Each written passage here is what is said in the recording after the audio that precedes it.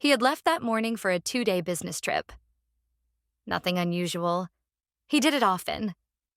I kissed him at the door like always, brief and automatic, and as the door clicked shut behind him, I turned into the silence of the house with something between relief and guilt. I wasn't expecting any upheaval. The routine had become a kind of comfort. Quiet mornings, clean countertops, folded laundry, the scent of fresh coffee and wood polish. Then, in the middle of that quiet, the doorbell rang. It was his grandson. Not by blood, adopted into the family years ago. Now 25 and visiting for the summer. I hadn't seen him in years. He'd grown up, taller, broader, with a slower way of moving, like he was always listening before acting. When I opened the door, he looked at me for a few seconds too long. Not out of disrespect, just a gaze that lingered, thoughtful. It caught me off guard, but I smiled, told him to come in, made coffee like it was any other visit. The first evening passed without tension, on the surface. But I noticed the way he looked at the framed photos on the wall, or how he brushed his fingers along the edge of the hallway table like he was remembering more than just objects. I watched him from the kitchen, not deliberately, just out of curiosity. His posture was relaxed, but his eyes weren't. They were alert, noticing. Later, I stood in the hallway folding laundry, wearing nothing but a thin cotton robe, the kind I wore only when I was alone. I heard a floorboard creak behind me and turned slightly, expecting nothing. But he was there. I don't know how long he had been standing, and I didn't ask. He didn't apologize, just held my gaze in a way that sent a low, buzzing heat across my skin. Not lustful. Not yet. But something awakened. An awareness. I could have pulled the robe tighter. I didn't. That night, I lay awake longer than I should have. The hum of the fridge down the hallway felt louder than usual. The bed felt too wide. I thought about the way his eyes didn't flinch when they met mine. I thought about the skin on my shoulders, whether it still looked like skin worth seeing. Not once had my husband looked at me like that in the last 5 years. Not because he didn't love me, but because routine had made me invisible. At some point past midnight, I got up for tea. The house was dark, except for the glow under the kitchen light. He was already there, barefoot, leaning against the counter, sipping something warm. I paused, surprised, but he just smiled and asked if I wanted some. I nodded. We sat across from each other, hands wrapped around identical mugs, not touching, not speaking for a long moment. It wasn't uncomfortable. It was dense. Like something old and unsaid had settled between us, waiting. "When did you stop painting?" he asked suddenly. I blinked. "I haven't painted in years." "I know," he said. "You used to keep your brushes in that vase by the window?" He remembered. I don't know why that hit me so hard. My husband didn't even notice when I packed them away. The silence between us grew warmer, softer. He didn't move closer. He didn't need to. I felt the shift inside me without any movement at all. I couldn't sleep that night. And for the first time in years, I chose my underwear the next morning not for comfort, but for how it made me feel underneath my clothes. No one would see it, but I would know, and it mattered. The morning air carried a damp sweetness through the open kitchen window, the kind that seeps into your skin before you even notice it.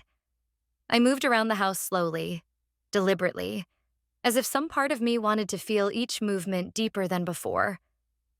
The robe I wore was replaced by a lightweight blouse, slightly sheer in the morning light, and linen pants that clung gently to my hips. I didn't wear a bra, not because I was trying to be provocative. I just didn't want to. He was in the backyard, shirtless, hosing down the old stone patio. The sun had already warmed his skin to a soft sheen. I stood in the doorway longer than necessary, coffee mug in hand, watching him, letting my eyes adjust to how he moved. My gaze wasn't clinical. I wasn't assessing him like a mother-in-law or a hostess. I was noticing. And I didn't feel guilty for that. We hardly spoke that morning, just exchanged a few casual lines over toast and eggs. But silence had taken on a new flavor between us. charged, not awkward. I wondered if he felt it too, or if I was manufacturing something just to fill the ache inside me. Around noon, I carried a load of laundry down to the utility room, the quietest place in the house. The light there was softer, filtered through an old curtain, and it smelled like detergent and summer towels. I knelt to sort through the pile and reached for the soft cotton of one of his t-shirts. Then I heard footsteps. Not hurried, measured. He stopped just behind me. I didn't turn around. I felt him there, the warmth of his body only inches from mine. My breath caught, not from fear, but from the intensity of the stillness. My fingers held the fabric of his shirt, and for some reason I didn't drop it. He crouched beside me. Our arms brushed, a slow, deliberate contact. His skin was warm, slightly damp from the sun. I froze. My throat felt dry, but I didn't move away. "You always smell like oranges," he said quietly, barely above a whisper.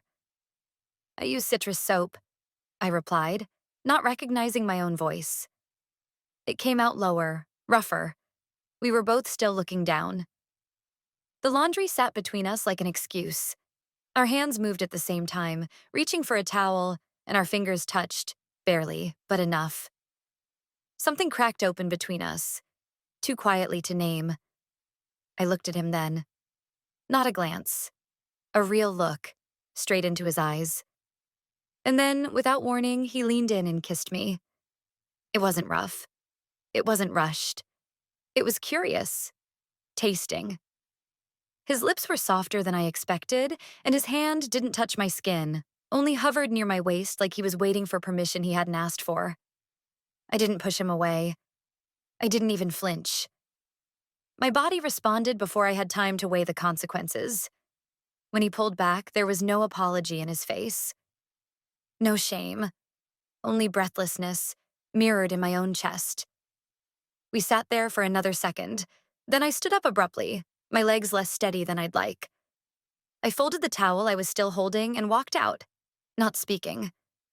But I didn't feel dirty. I didn't feel guilty. I felt vivid. I spent the rest of the day in the garden, pretending to prune herbs while my mind replayed the kiss in slow motion. Not because I wanted to relive it, because I couldn't stop. That night, when I got into bed, I checked my phone out of habit. There was a message from my husband, nothing dramatic. Just, "Miss you. Hope he's not driving you crazy." I typed a reply. "All's fine here. Quiet." I stared at the screen before hitting send, then deleted the message, then typed it again. Same words. Hit send. It was a lie, of course. Nothing was quiet anymore. He appeared in the kitchen doorway early in the morning, just as I was pouring coffee into my cup. His hair was still damp from the shower, clinging slightly to his forehead, and he wore a plain t-shirt that clung to his shoulders with a softness that made me look longer than I should have. Neither of us spoke at first. The air between us felt too newly formed to pierce with small talk. "I'm supposed to go to a gallery exhibit in the city," he said finally, casually, like he wasn't carefully choosing the moment. "He bought 2 tickets, but he can't go. Asked if you'd go with me instead." He didn't look at me when he said it. He kept his eyes on the counter, running his finger along a water ring near the coffee pot. But I saw the tension in his jaw. There was nothing innocent about the offer, and we both knew it. Still, the words were simple, logical, practical. I said yes, not immediately. There was a pause just long enough to feign consideration, but inside my answer was immediate and clear. The idea of sitting in a car with him for hours, away from the safety of our routines, made my skin buzz. I knew what I would wear, not something overt. A dress that held just enough structure to remind me I had a body worth dressing for. The drive was long, the highway flat and featureless. He didn't play music. I didn't ask for it. The silence between us felt intimate, not strained. At one point, I reached for a bottle of water and our fingers grazed. Neither of us flinched. That alone said too much. "Were you always this quiet?" he asked, eyes still on the road. I'm not quiet, I said, watching the fields blur past. I just haven't had a reason to speak. He nodded slowly, said nothing else. He didn't need to. He understood. That's what drew me to him more than anything, his ability to hear the things I didn't say. The gallery wasn't large or crowded. It smelled like old wood and turpentine, and the paintings were raw, textured, intimate. I wandered between canvases while he trailed a step behind, occasionally pausing to comment. But mostly, he watched me. I could feel it. Not just the weight of his gaze, but the gentleness of it. It didn't strip me down. It wrapped around me almost protectively. Later, at the hotel, I stood under the shower for too long. The water didn't rinse anything away. It just made everything more real. I dried myself slowly, wrapped a towel around my chest, and walked into the room. He was at the window, leaning on the frame, looking out. When he turned, his eyes caught mine, and didn't move. There was no flicker of shame or question. Just that steady, quiet intensity I was beginning to crave. I could feel the curve of my waist under the towel, the heat from the shower still clinging to my skin. For the first time in years, I was aware of myself as a woman.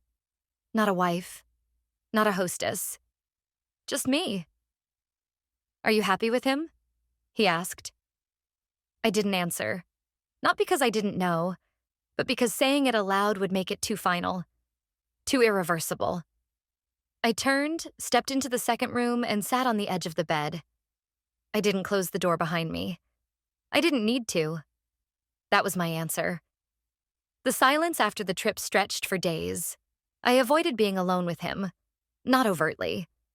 I didn't barricade myself in rooms or invent errands. I simply became efficient. Left the kitchen when he entered, took longer showers, spent more time trimming hedges that didn't need trimming. I told myself it was self-preservation, a reset. That if I stepped back now, I could still claim innocence. That if nothing else happened, maybe it didn't count. But it did. It lived in my muscles, in the way my fingers twitched when I saw his shoes by the door, in how my breath caught when I heard him speak in the next room.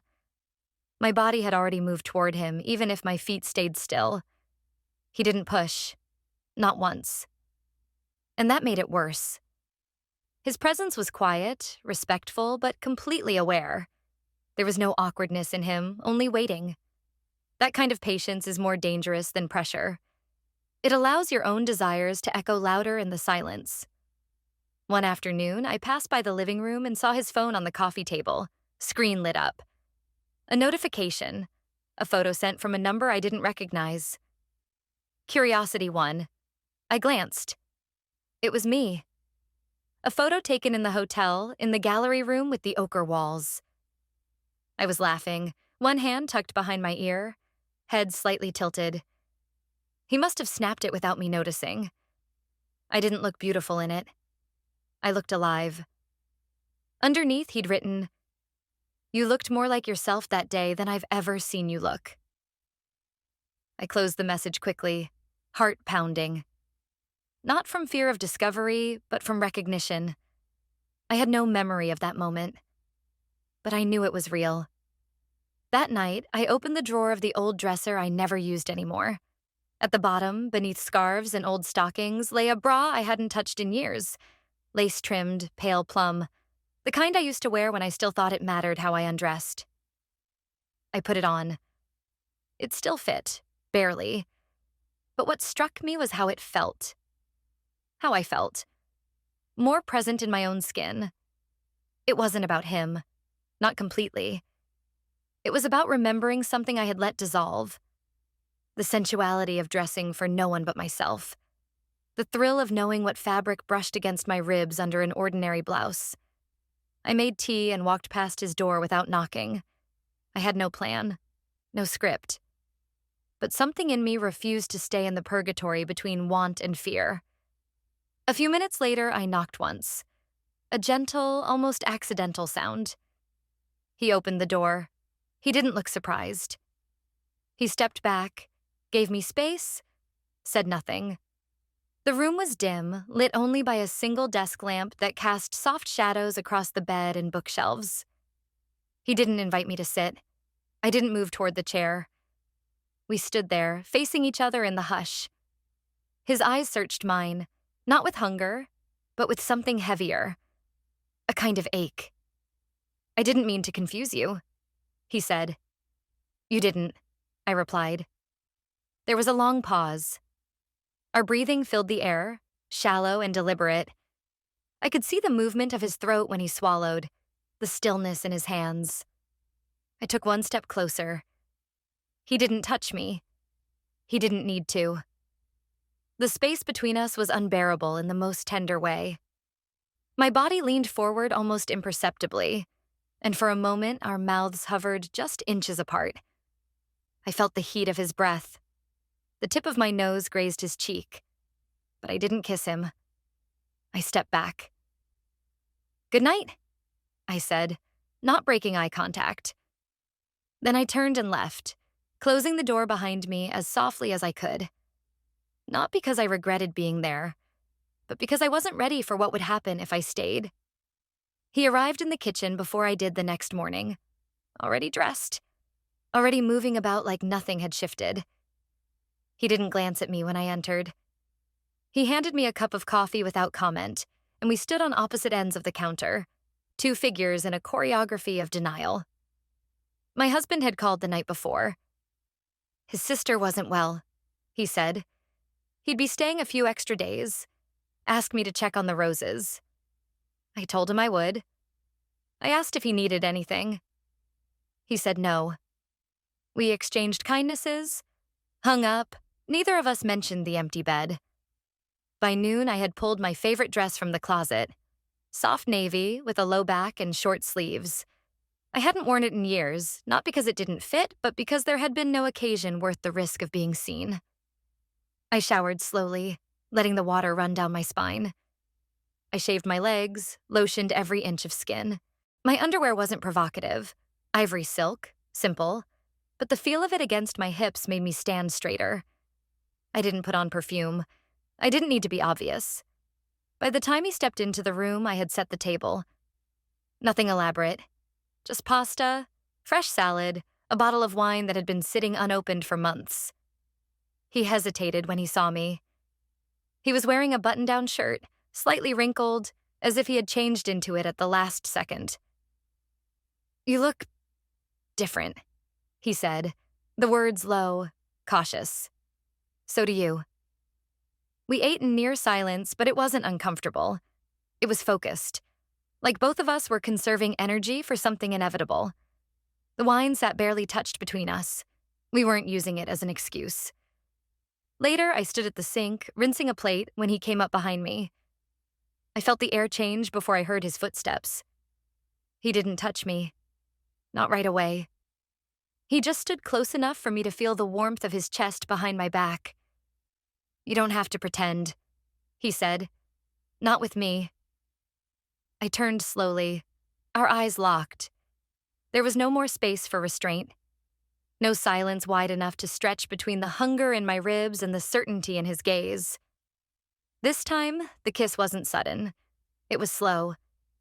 His hand came to rest gently on my waist, like he was asking the question his lips already answered. My fingers touched the back of his neck, lightly, with an ache I didn't know I could still feel. The kiss deepened, not in speed, but in weight. My breath tangled with his. I felt his heartbeat under my palm. It wasn't frantic. It wasn't forbidden. It was deliberate. There was no apology in how he touched me, no hesitation in how I responded. I felt the curve of my back pressed against the edge of the counter, his hand resting just above the hem of my dress. But neither of us moved beyond that. The kiss itself was the center. Everything else lived around it. Time folded. We stayed like that for minutes. Or longer. I couldn't tell. Eventually, I pulled away. Barely. Just enough to rest my forehead against his. "I don't know what I'm doing," I whispered. "You don't have to," he said. "Just feel it."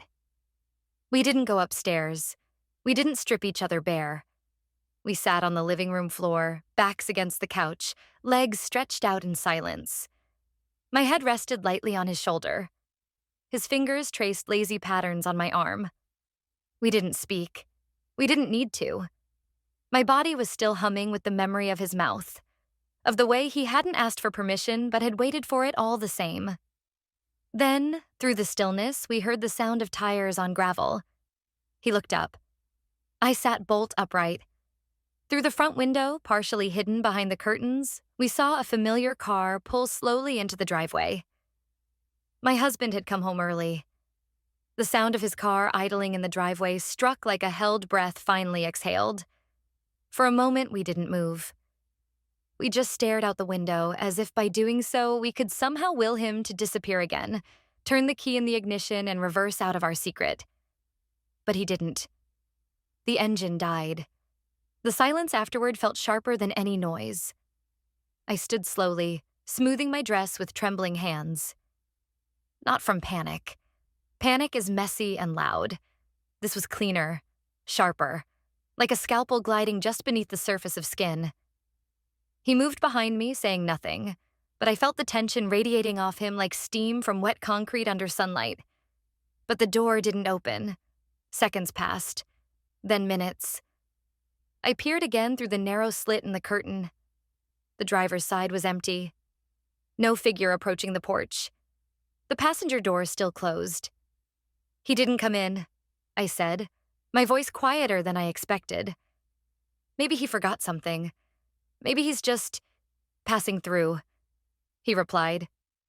But his voice didn't carry belief, just a need to offer explanation. Any explanation. We waited, still, but the moment never climaxed. Eventually, the car rolled back slowly and turned out of the driveway, disappearing beyond the curve of the road. He had come for something, then changed his mind. Or maybe he'd sat there watching the house and seen something in the way the curtains shifted or the lights glowed that made him pause. I'll never know what he saw, or what he thought he saw. I didn't return to the couch. I didn't look at him. I went upstairs, washed my face, brushed my teeth, changed into a nightgown with sleeves. Neutrality. An erasure of what had happened an hour earlier. The next morning was slow and silent. He avoided my eyes and I let him. I poured coffee, folded napkins, placed everything just right, as if recreating order would disinfect what we had let unfold. By afternoon, he had packed. Said he needed to head back to the city. Something about an upcoming project, a deadline, vague words left floating in the hallway. I didn't ask him to stay. He didn't ask if he should. We stood by the door longer than needed. He looked at me, really looked, as if memorizing the angles of my face under the hallway light. "I'm not sorry," he said. "I won't ever be." I swallowed hard, lips parted, but no words followed. He leaned forward only slightly, close enough that I could smell the faint citrus from the detergent on his collar. But he didn't kiss me. Not this time. He turned, opened the door, and walked out into the dry, golden afternoon. Hours later, I found myself sitting in the same living room where we had kissed. Everything still bore the shape of his presence. The wine glasses we never touched. The throw pillow that carried the faintest impression of his back. I reached for my phone, hesitated, then searched for his name. No message, no call. Nothing to say that would lessen the ache in my ribs or fill the space he left behind. That night, I lay in bed next to a pillow that still carried my husband's scent. I wanted to feel something. Guilt, regret, anger. But all I felt was rawness. Not shame. Just a soft, persistent throb where my restraint used to be. By morning, I made a decision I couldn't explain to myself. I packed a small overnight bag, nothing dramatic, and took a train to the city. I told no one. I didn't even text him. I walked through streets I didn't know, past buildings that belonged to other lives, and let the anonymity wash over me like a second skin. It didn't feel like escape. It felt like confrontation. I wasn't running from something. I was walking toward the part of myself I had buried years ago under clean laundry and Sunday dinners. I found his apartment building by memory, not address. I didn't go in. Instead, I crossed the street, found a small cafe, and sat by the window, nursing a lukewarm cup of tea while watching his building across the road. It was enough just to be near his world.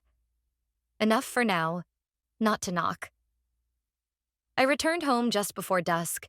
The sun stretched low across the horizon, painting the sidewalks in long amber lines.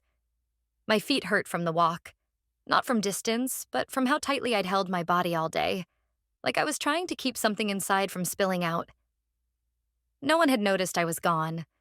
No messages, no missed calls, no emergency. It was strange. How easily a person could vanish from their own life without anyone noticing. I wasn't sad about it. I was fascinated. The kind of fascination that makes you touch a bruise just to feel its shape. That evening, I put on perfume I hadn't used in 20 years. It was a sharp floral blend I used to wear on dates when we first married. Back then, it made me feel daring, like I had permission to take up space. I spritzed it lightly behind my ears, across my collarbone. It didn't smell like who I was now, but like who I had been, and maybe who I still wanted to be. I didn't wear it for anyone. He wasn't there. And my husband had yet to come back from the trip to his sister's. Still, I wore it as if someone was going to lean in and remember me. When he finally did return, it was unannounced. He entered with the usual calm, placed his keys in the bowl near the door, kissed me on the cheek with the same distracted affection he always offered. But then, a pause. He leaned back slightly, sniffed the air gently. "You're wearing that old perfume," he said. I nodded. Casual. Found the bottle. Thought I'd wear it again. He looked at me. Really looked, for the first time in weeks. Not with suspicion, at least not yet, but with something between curiosity and uncertainty, as if trying to recall whether I'd worn it recently for someone else. I turned away before he could decide. That night we had dinner together. Polite conversation. The kind of measured silence that's built on years of living around each other without digging too deeply. I asked about his sister. He gave me a vague update, followed by a question that felt almost too casual. "He's still here?" "The boy?" "Left a few days ago," I said. I didn't flinch.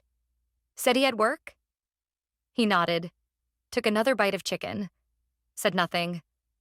After dinner, I stepped outside with a glass of wine, sat on the back porch as the sky turned bruised and purple. I heard him moving inside, closing cupboards, rinsing plates. Life resuming its shape. But I wasn't in it the same way anymore. A message came through on my phone. One word. Still. I stared at it, heart thudding. Still wanting you. Still remembering. Still burning. I didn't answer. The next morning, the house filled with voices. Guests arriving for my husband's birthday.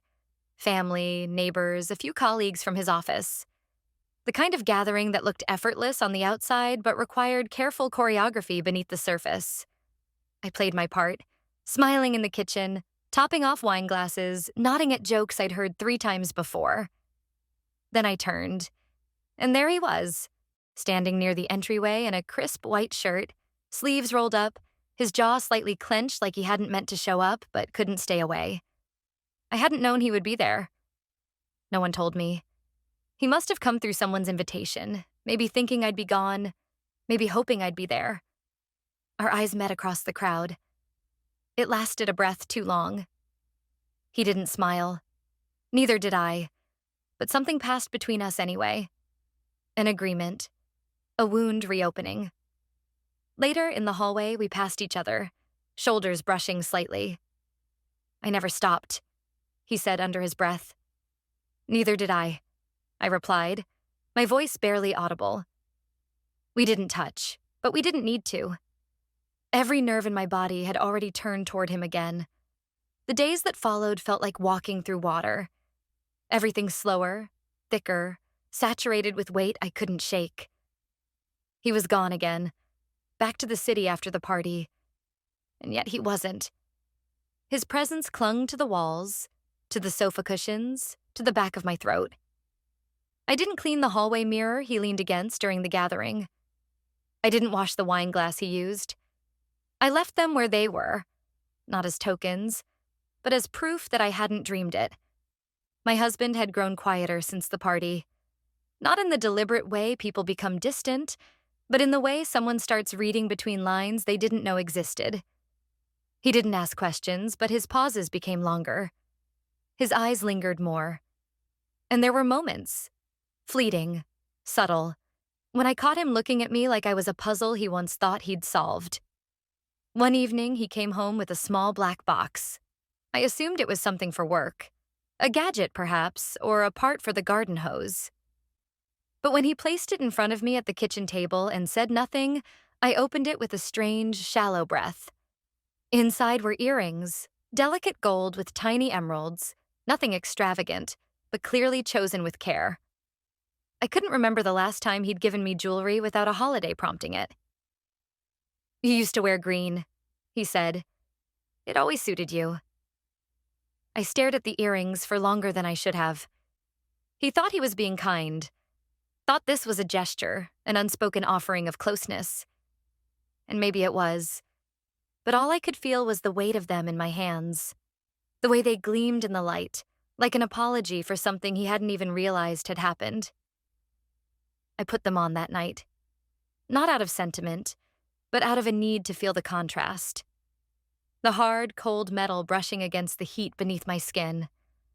Later, I sat alone in the living room, a photo album on my lap. I hadn't opened it in years. Pages filled with images of us. Vacations, birthdays, the mundane magic of domestic life. My hand hovered over one photo. Me, sitting in the backyard, eyes closed, sun hitting my face. I looked peaceful, but not alive. I flipped the page. There, tucked between two prints, was the photo he had taken of me at the gallery, the one he had sent. My real laugh, mid-breath, unguarded. It didn't belong in the album, yet there it was. He must have slipped it in before the party. I held it in my hands, unable to look away. The next day, I walked into the bedroom while my husband was shaving. He turned, met my eyes in the mirror. His face was neutral, unreadable, but the tension in his shoulders betrayed him. "You've been distant," he said quietly. "I've been somewhere else in my head," I replied, which was the closest I could get to honesty without bleeding. He nodded, rinsed his razor. "Is it me?" I wanted to lie, wanted to say no, but I didn't. "I don't know," I said, and that answer landed in the room like dust, soft, but everywhere. That evening, I received a message again. It wasn't a mistake. It was you. 8 words. Enough to set every nerve on fire. I didn't reply. Instead, I stood by the window, earrings still cold against my earlobes, and watched the dusk creep slowly into the edges of the sky. I didn't cry. Not because it didn't hurt, but because the ache had become familiar. Almost welcome. Like the breath just before a confession. The morning was unusually still. No breeze, no birdsong. Even the trees seemed frozen, as if the entire world was holding its breath. I moved through the house like a shadow. Light, careful, present in every room but never staying long in any of them. I had made my decision days before, though it didn't come in the form of a single moment or epiphany. It came slowly, like water through soil. No drama, no slammed doors, just a quiet reckoning with the life I had built and the parts of myself I had abandoned in the process. I didn't tell my husband. There was nothing to confess that could be said out loud without unraveling the fabric of what we had shared all these years. He wasn't cruel. He wasn't distant. He was simply consistent, like a house that never changes no matter how many times you rearrange the furniture. And maybe I had needed that once, but not anymore. He left for work that morning without ceremony. A kiss on the cheek, a comment about a meeting later in the day. I nodded, poured his coffee, and watched him walk to the car through the kitchen window. His figure receded into the haze of morning light. Familiar. Solid. And yet, not enough. I went upstairs, stood before the mirror in our bedroom, and looked at myself the way he hadn't in years. Not with critique, not with expectation, just looked.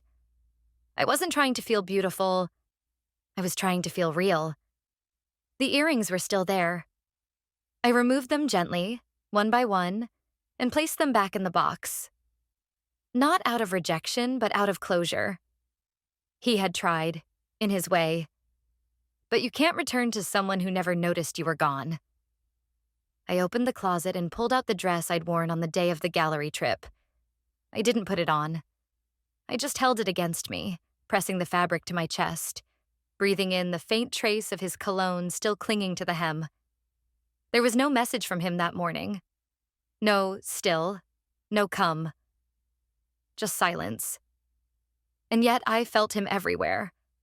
Not like a ghost, but like something I had carried with me, stitched into the lining of my thoughts. I sat on the porch for hours. The sun moved across the sky in slow arcs, painting the yard in shifting patterns of light and shadow.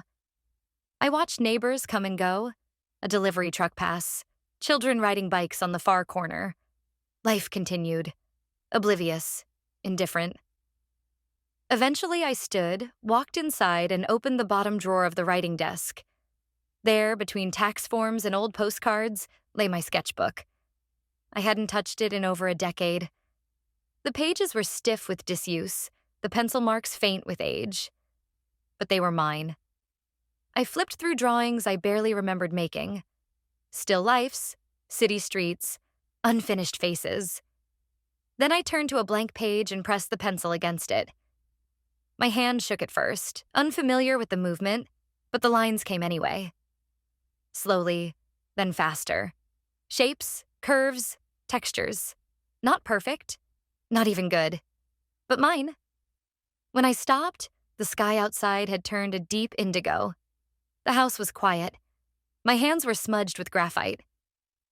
And for the first time in what felt like years, I felt something close to peace. I didn't need to leave my husband. I didn't need to chase a man whose touch had awakened something I hadn't realized was asleep. I just needed to stop pretending I was nothing more than the role I played in this house. He had seen me. Truly seen me. And I had let him. That couldn't be undone. But it didn't have to be continued either. When my husband came home, I was at the stove stirring something fragrant and simple. He kissed the back of my neck, and I didn't pull away. But I didn't lean into him either. That night, after he fell asleep, I stood in front of the mirror one last time. Not to check for lines or shadows, but to meet my own gaze. I was still here, and that would be enough.